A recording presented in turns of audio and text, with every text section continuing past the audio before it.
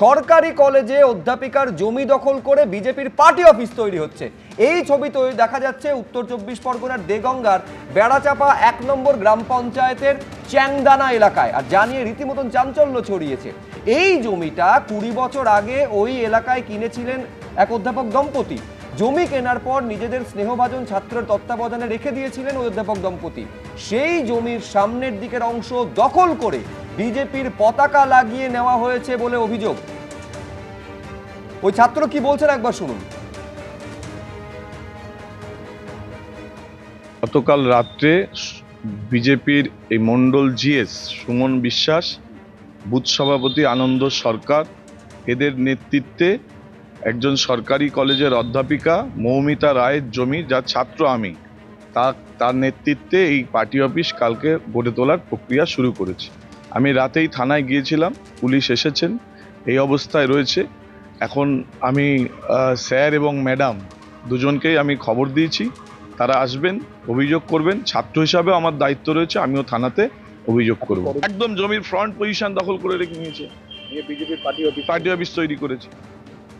আমি সমীরনের সঙ্গে কথা বলবো, আমাদের প্রতিনিধি রয়েছেন ফোন লাইনে। আমি খুব সংক্ষেপে তোমার থেকে জানতে চাইছি কি ঘটেছে, বিজেপির বিরুদ্ধে অভিযোগ, বিজেপির কি বক্তব্য? দেখো, বিজেপির পক্ষ থেকে যেটা বক্তব্য তোমাকে প্রথমে বলি যে বেড়াচাপা 1 নম্বর পঞ্চায়েত এলাকায় যে বিজেপি নেতাদের বিরুদ্ধে অভিযোগ উঠেছে যে অধ্যাপক দম্পতির জমি জোর করে দখল করে দলীয় কার্যালয় তৈরি করা, এবং সেই বিষয়টি দলের তরফ থেকে ব্যবস্থা নেওয়ার আশ্বাস দেওয়া হয়েছে স্থানীয় বিজেপি নেতৃত্বের তরফ থেকে। কিন্তু যে অভিযোগ সামনে এসেছে যে একজন অধ্যাপক দম্পতির দেগঙ্গার চ্যাংদানা এলাকায় যে জমি রয়েছে, সেই জমিতে অবৈধভাবে দলীয় কার্যালয় তৈরি করা হচ্ছিল।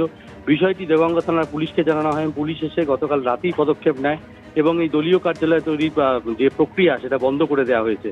কিন্তু ওই অধ্যাপক দম্পতির স্পষ্ট অভিযোগ যে অন্যায়ভাবে জোর করে তাদের জমি দখল করে দলীয় কার্যালয় তৈরি করছিল স্থানীয় বিজেপি নেতৃত্ব, এবং তাদের অভিযোগের তীর 2 নেতার বিরুদ্ধে, এবং তাদের বিরুদ্ধে দলীয় ব্যবস্থা নেওয়া হবে এমনই আশ্বাস দেওয়া হয়েছে স্থানীয় বিজেপি নেতৃত্ব। কিন্তু ছবিতে স্পষ্ট দেখা যাচ্ছে যে বিজেপির পতাকা সেখানে লাগানো হয়েছে। আমি বলছি দীপ্তাশ্ব, স্পষ্টভাবে আপনাদের শীর্ষ নেতৃত্ব, আপনাদের স্বয়ং রাজ্য সভাপতি আন্ডারলাইন করে দিয়েছেন যে এই ধরনের ঘটনা ঘটলে দল রেয়াত করবেন। আমি বলছি তারপরেও পরিস্থিতি বদলাচ্ছে না, সেই পরপর অভিযোগের ছবিগুলো সামনে আসছে।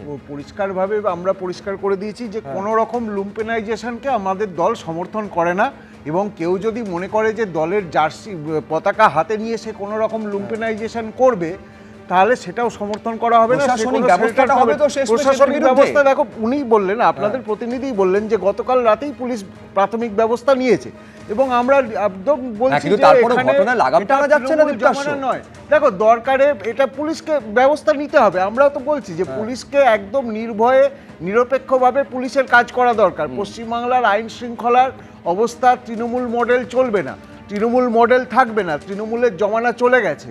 সেই মডেল পুলিশ যেন ভুলে যায় এবং পুলিশ যেন নতুন ব্যবস্থার সঙ্গে দ্রুত অভ্যস্ত হয়ে ওঠে। ঠিকই, আমি বলি তৃণমূলের জমানা চলে গেছে, কিন্তু উদ্বেগের জায়গাটা সেটাই যে সেই অপসংস্কৃতি এই জমানা বদলানোর পরেও সেগুলো কি সম্পূর্ণ মুছে ফেলা সম্ভব হয়েছে?